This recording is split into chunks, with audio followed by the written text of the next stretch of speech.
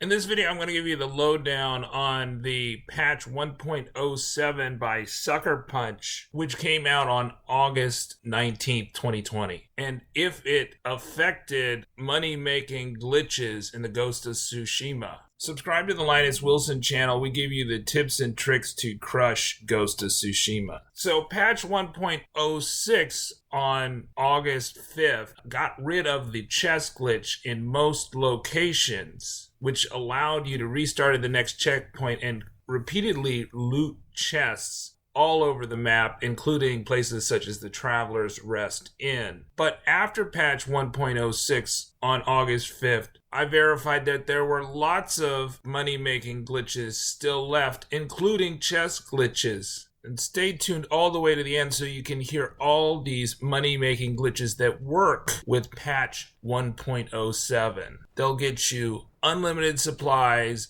unlimited steel, unlimited hides, infinite linen, leather, and silk. But first, let's talk about what patch 1.07 did. Besides vague bug fixes, patch 1.07 added to the gameplay menu a option which is currently turned off to increase stick tolerance to drift or dead zone issues. It's called stick drift compensation. It's at the bottom of the gameplay menu now, and you can turn it on. Personally, I have had stick drift issues on my PS4 in Ghost of Tsushima that my right stick, the R3 button, has tended to drift upward. When I'm pushing the camera downward, it would not keep the camera straight, and that made issues for aiming ranged weapons. Nevertheless, I have found that issue not only with Ghost of Tsushima, I also have found it with The Witcher 3, which, by the way, CD Projekt Red said is on a 70% off sale right now on the PS4. As much as I love Ghost of Tsushima, I still think Witcher 3 Wild Hunt is the best game of the generation. So how can you make unlimited money after patch 1.07 with Ghost of Tsushima? Well, one obvious thing that you can do is farm chests in Act 1.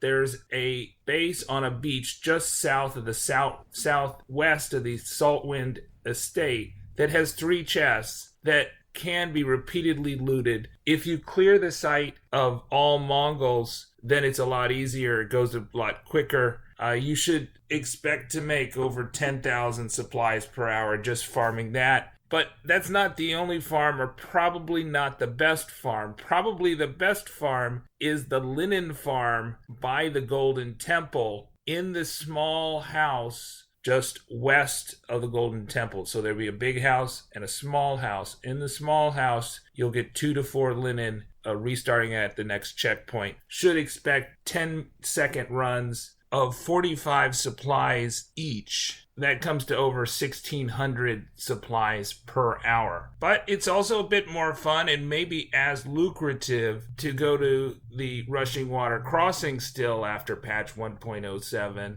And there you can loot the bears. The Mongols will kill the bears for you, but it goes faster if you help them kill the bear. Don't kill any of the Mongols, especially the leader. You don't want to clear the base. You just want to loot the bears. So keep jumping around, and you should get about 200 supplies per run, and the runs take a little under a minute. Then you start at the next checkpoint, and you're good to go. Now, if you need steel, there is a chest with steel in it. So the chests on the beach south of the Saltwinds estate don't have steel in them. They only have supplies. But up in the middle of the map of Toyotama in Act 2, there is a farm called the Koshimizu Farmstead, which has a chest by a wagon that you can repeatedly restart at the next checkpoint for 2 to 3 steel and about 20 supplies. And then if you need silk and leather, there is a quest, if you have not completed it, that you can repeatedly loot silk and leather by restarting at the next checkpoint. The quest is called Whispers in the Woods. I've not verified this, but one of my viewers has told me that if you go to the Y in Yagata Forest on the map, which is where the silk and leather are that you can repeatedly loot, you can just loot that, not start the quest, which would be better because you have to loot all the silk and leather at once.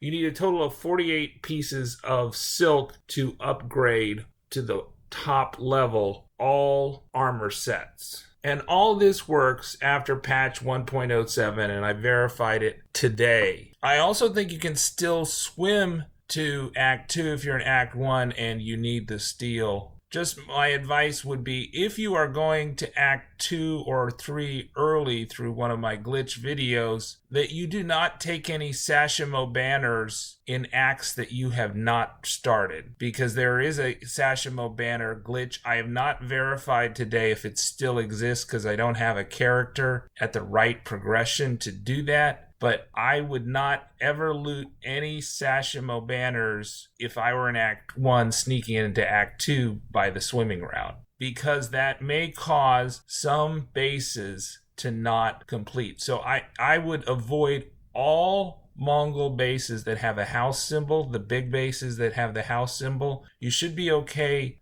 in the leaf or the diamond symbols, but avoid the house symbols, because those bases have Sashimono Banners, and if you loot those banners, you can keep those bases from not being conquered when you get to Act 2. Unfortunately, we don't know of any glitches that allow you to get gold or waxwood, and I don't know that that's changed, except by conquering Mongol bases or visiting the Shinto shrines. And for that reason, you can only upgrade your katana to level 6 in Act 1, and your tanto you can upgrade fully. There's also no glitch I know for iron, but there's enough iron in Act 1 to do the 6th level upgrade for the katana and for the level 3 top level upgrade for the Tanto stabbing dagger by looting it from Mongol bases.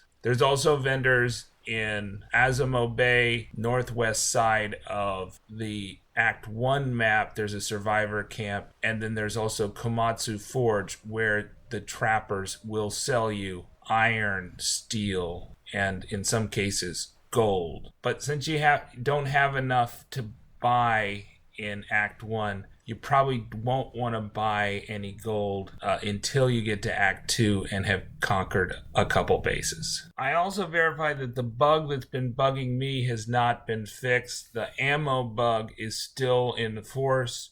So if you have a full complement of throwable and ranged weapons, and then you go to a hot springs, you should expect to lose about half of them when you leave, given you've got fully upgraded ranged and throwable carrying capacities. And that bug can cost you about 200 to 300 supplies if you're replacing your throwable and ranged weapons at a trapper. So hopefully that bug will get fixed in 1.08 patch. I'm Linus Wilson. Subscribe. We'll give you the tips and tricks that help you crush Ghost of Tsushima.